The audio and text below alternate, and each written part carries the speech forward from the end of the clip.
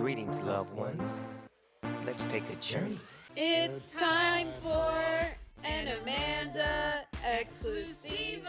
Hi, everyone. Welcome to the Amanda Exclusivo. I'm your host, Amanda Geffner. My guest today is best known for playing Freddie Benson on the hit Nickelodeon show iCarly. I'm freaking out right now as I'm saying this. And now he's here to talk about his new movie, A Chuck E. Cheese Christmas. Please welcome Nathan Kress. Hey, Nathan. Hi. Hi. Thank you for having me, Amanda. Well, thank you for coming. I mean, when I heard you were coming, it was like, holy, you can assume the next word after that. Whoa, no, we don't say that. No, we don't say that. No, that's potty words. No, this is kids' TV stuff. I know, but I'm so excited that you're here. So I can't wait. So tell me, we were just talking before. Have you always been a Chuck E. Cheese kid growing up? Did you go to the arcade all the time? I mean, who wasn't a Chuck E. Cheese kid growing up? Like it's literally a permanent. It's not it's 90s DNA. It's like Chuck E. Cheese and Pogs. You know? Like what else is there that encapsulates like the 90s kid experience? In my family, the tradition of big birthdays was the fives. So it was 5, 10, and 15 were like the big themed, big deal birthdays. The 5 was Chuck E. Cheese. It was like a landmark developmental moment for the old Kress boys. And so when it was finally my turn, I was freaking out. It was my feeling of like I am a big boy now. I get to go to Chuck E. Cheese and have my Chuck E. Cheese birthday. So like just if I close my eyes, I can see it. I can see the band. I can see nose diving into the ball pit. I can see the Jurassic Park arcade game. I can see just throwing tickets up in the air and just wrapping them around my neck. I can also see having so much fun that my mom, before we had to leave, saying, hey, make sure you go to the bathroom, and going, no, I'm good. And then immediately going into the parking lot and peeing my pants because I was having way too much fun to stop going to the bathroom. So thankfully, I've gotten better at not having accidents at Chuck E. Cheese since having my own kids and going to Chuck E. Cheese birthdays, with them. Yes, huge milestones for me. I am much, much more continent now. I love that. I mean, so tell me, like, obviously growing up a Chuck E. Cheese kid, how were you approached about this movie and what drew you to it? Well, I mean, it was honestly, I wish I could say I'm fancy enough that it was just a straight offer, but it was an audition just like anything else. It came across my desk, and it definitely, of all the voiceover auditions that come across my desk, that one caught my eye, probably more than anything else, because it was like, I get a sneak peek at a lot of projects that are coming down the pike, and normally they're just like, oh, okay, that's cool, they're gonna do this now. This one was like, oh. That's pretty sweet. That they're bringing this, cultural moment from a bygone decade. Well, not that it ever went away. It's just for me, in my teen years and in my early 20s, I didn't think that much about Chuck E. Cheese. But now that I've got kids of my own, it's top of mind. The Chuck E. Cheese cups from the birthday parties are the most coveted cups down in the kid cup cabinet. So I love that. Yeah.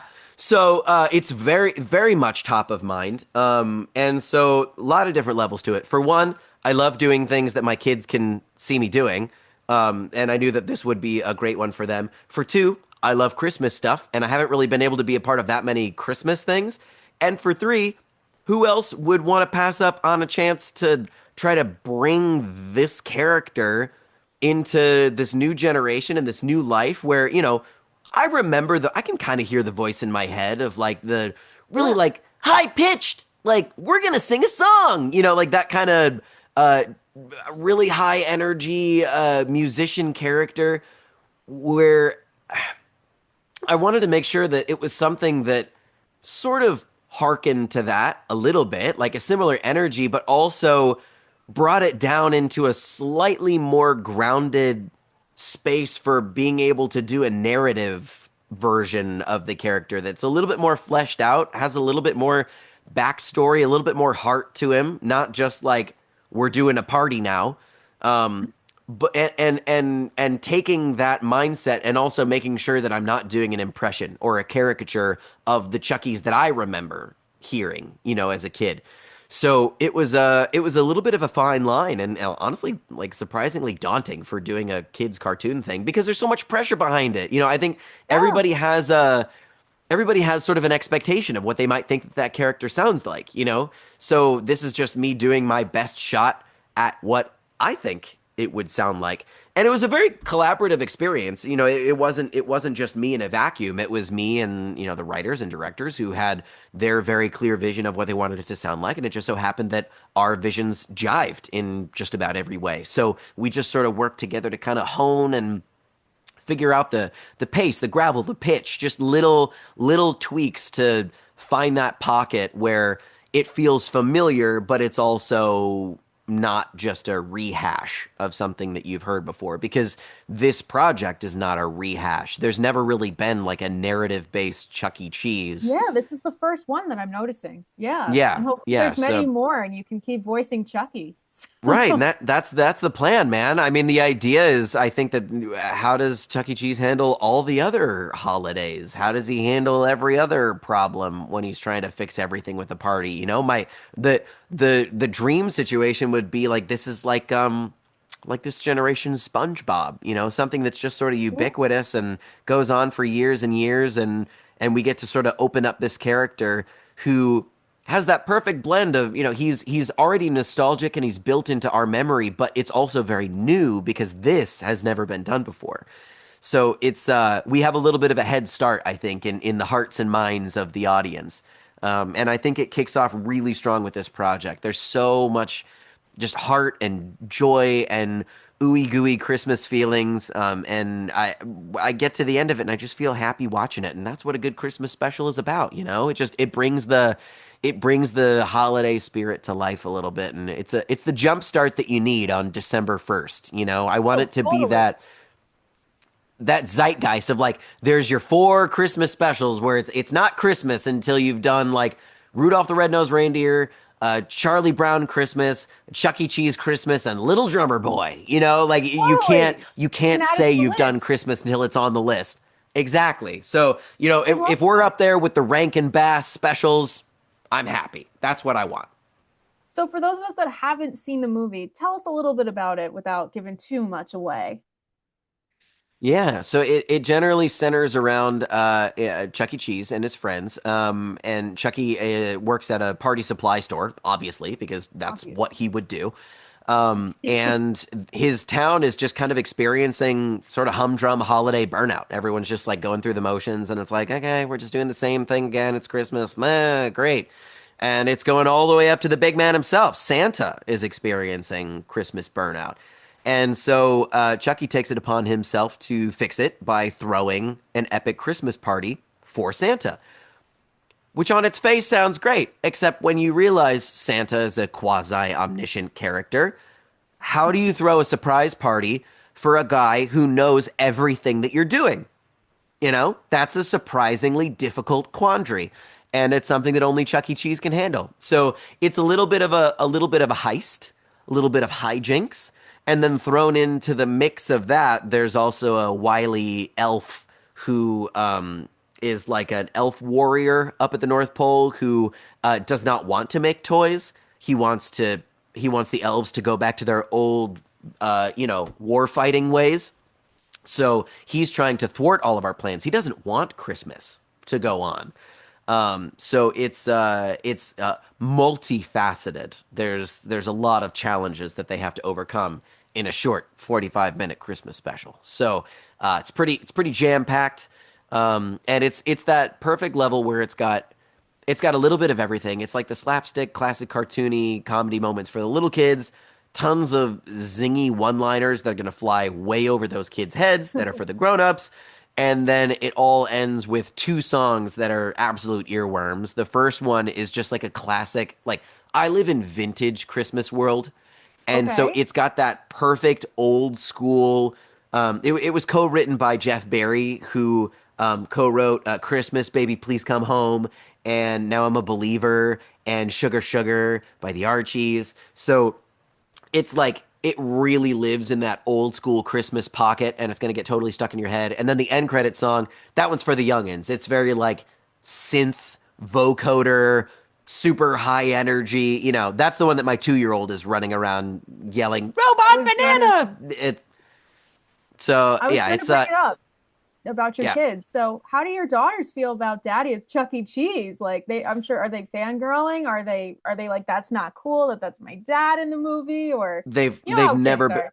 they've never been more impressed with anything I've done. That's Normally, I'm great. just like lame old embarrassing dad, but not today. Not today.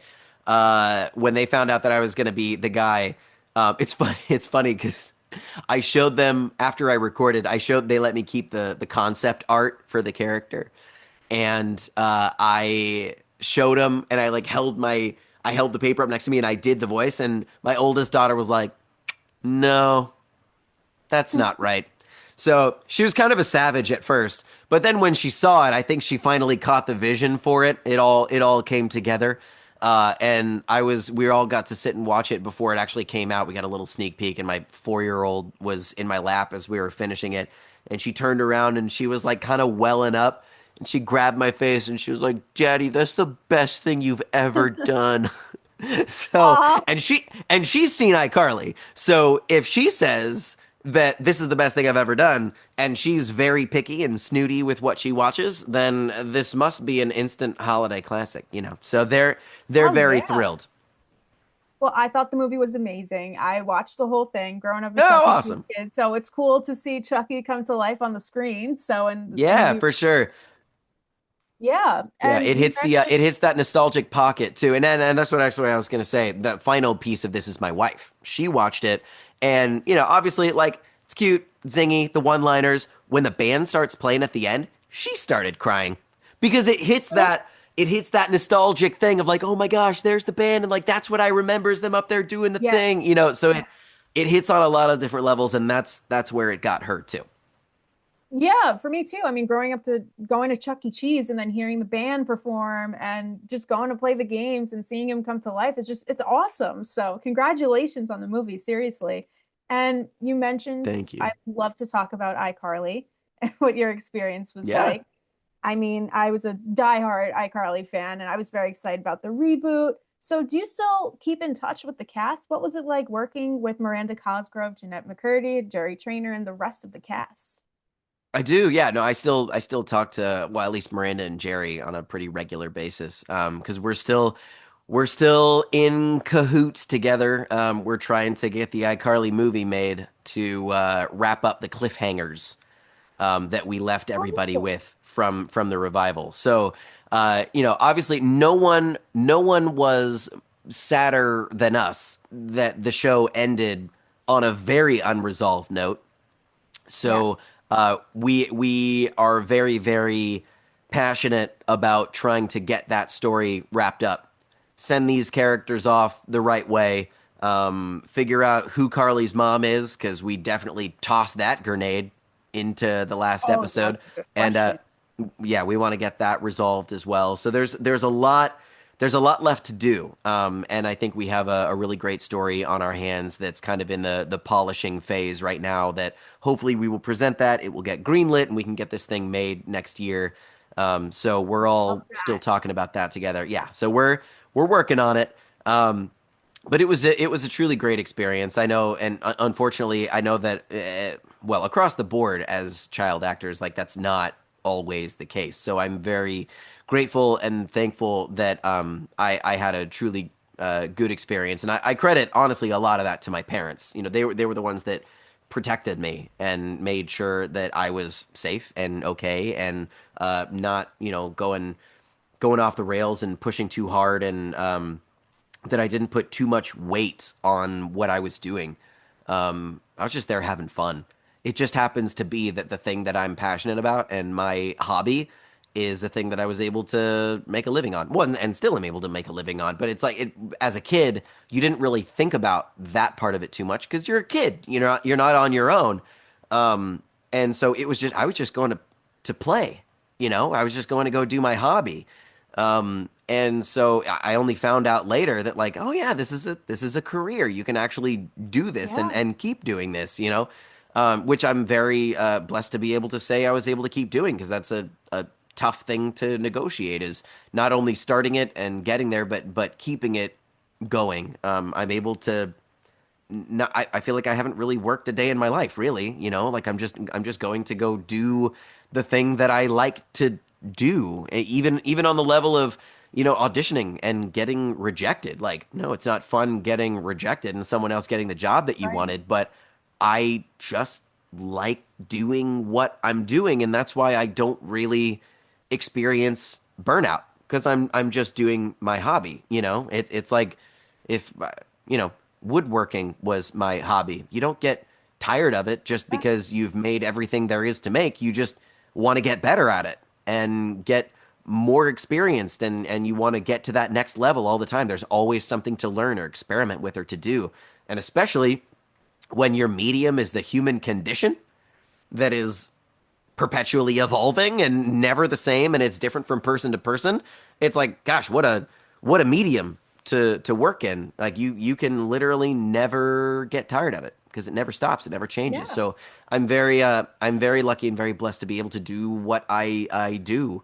And also it's one of those weird jobs where you're mostly unemployed, so you get to be at home a lot and like I'm with my kids and yeah, I get to work, but then I also get to be at home in the morning and in the afternoon and like I can help homeschool my daughter.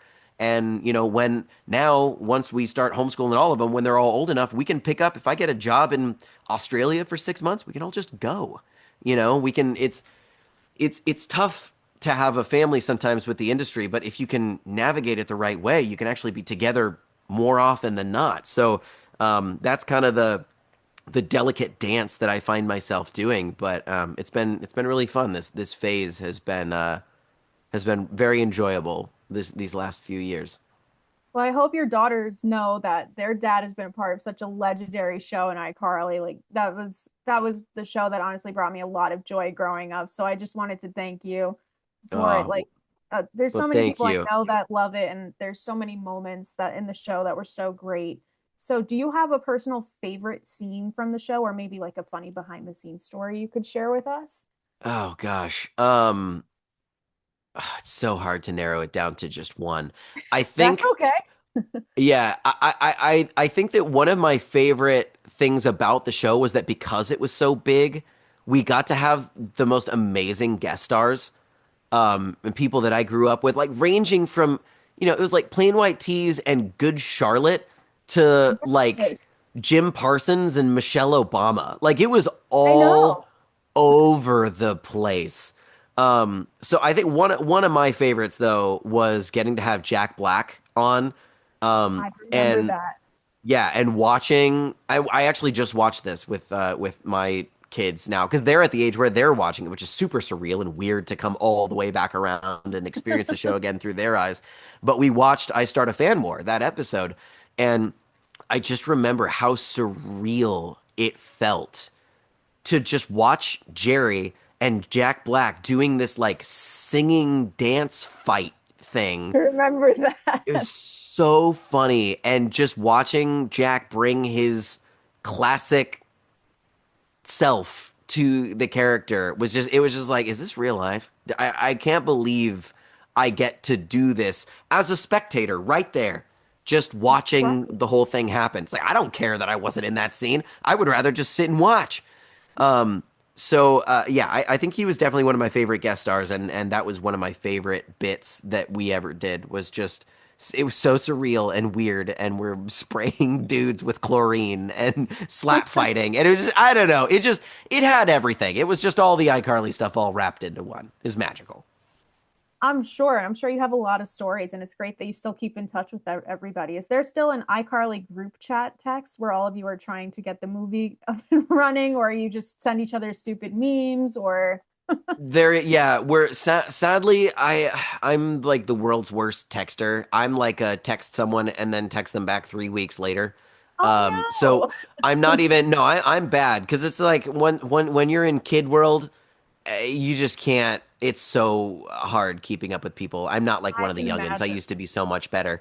Yeah, I definitely am not as on it. But yeah, we have multiple tiers. It's like because I have different conversations with Jerry than I do with Miranda, but then there's also conversations that we all have all together. So it's kind of a tiered thing depending on what it is that we're talking about. So yeah, we're sort of all over the place. But I do remember when I started a group chat between the three of us when I first got the call about the revival, and all I sent was I can't I'd have to go back and find it, but it was a gif of like one of those like sort of Oh, like turn and grin like, oh, are we all doing this now?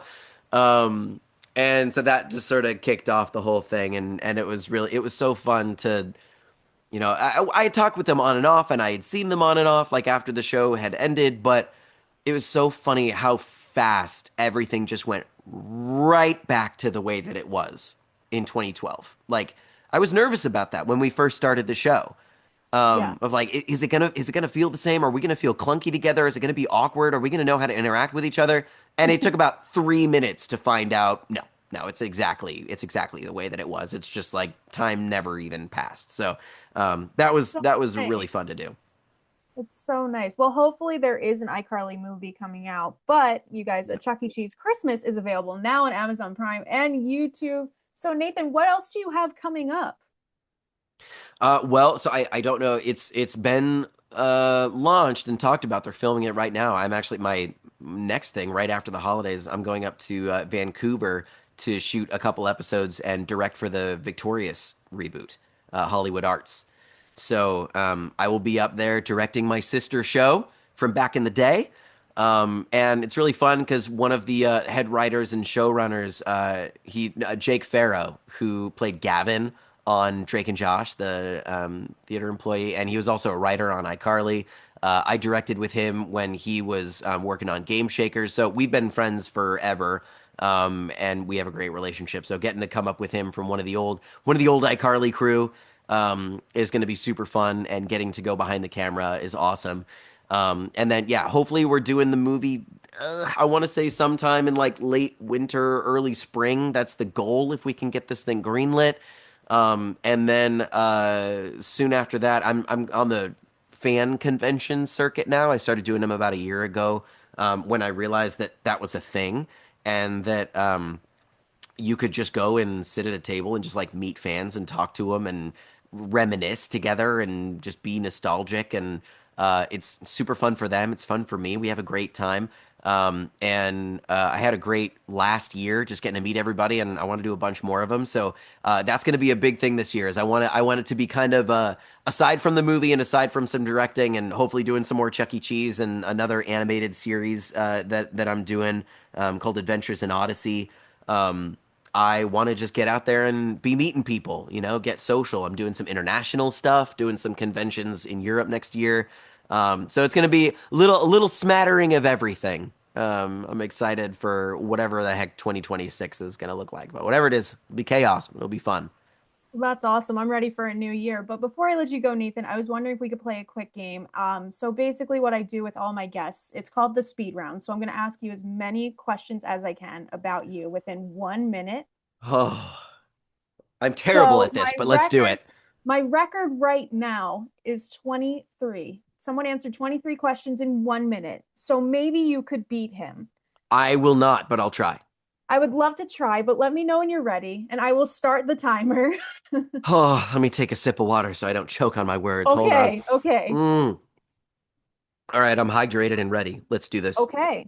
Nathan, I'm going to start the timer now. Your favorite arcade game, Star Wars. your iCarly BFF, Noah. Gibby. your favorite Christmas movie, White Christmas. regifting, yay or nay, Yay. gingerbread or sugar cookie, Gingerbread. your favorite Christmas song, Christmas baby, please come home. SpongeBob or Fairly Odd Parents, SpongeBob. Giblet or Meatloaf, Meatloaf. ice hockey or air hockey, Air hockey. your favorite pizza topping, Pepperoni. Christmas tree, real or fake, Fake. Your favorite singer? Oh gosh. John Foreman. Freddie's camera or Spencer's creations? Freddie's camera. Scruff or full beard? Scruff. Troublemaker or perfect child? Perfect child. Oh, the time's up. You did better than Oh, you thought. how You did I did. do? You got What did I? 14. You That's answered 14 questions in 1 minute. That's still pretty good though, Nathan. It is. I want to know how someone did 23 because I'll send you that interview. I have to see it because I hesitated on like one. That's I crazy. thought we had a good flow Wow. going. We were almost there. I did too. Oh, yeah, almost, and by that 50% of the way. But what are you gonna do? Next I time tried. we'll do it again. We'll answer more questions. But I can't thank you Yeah. enough for coming on the show. I really appreciate it. And I'm so glad we were able Absolutely. to chat. Yes, me too. Thank you so much for having me, Amanda. Thank you.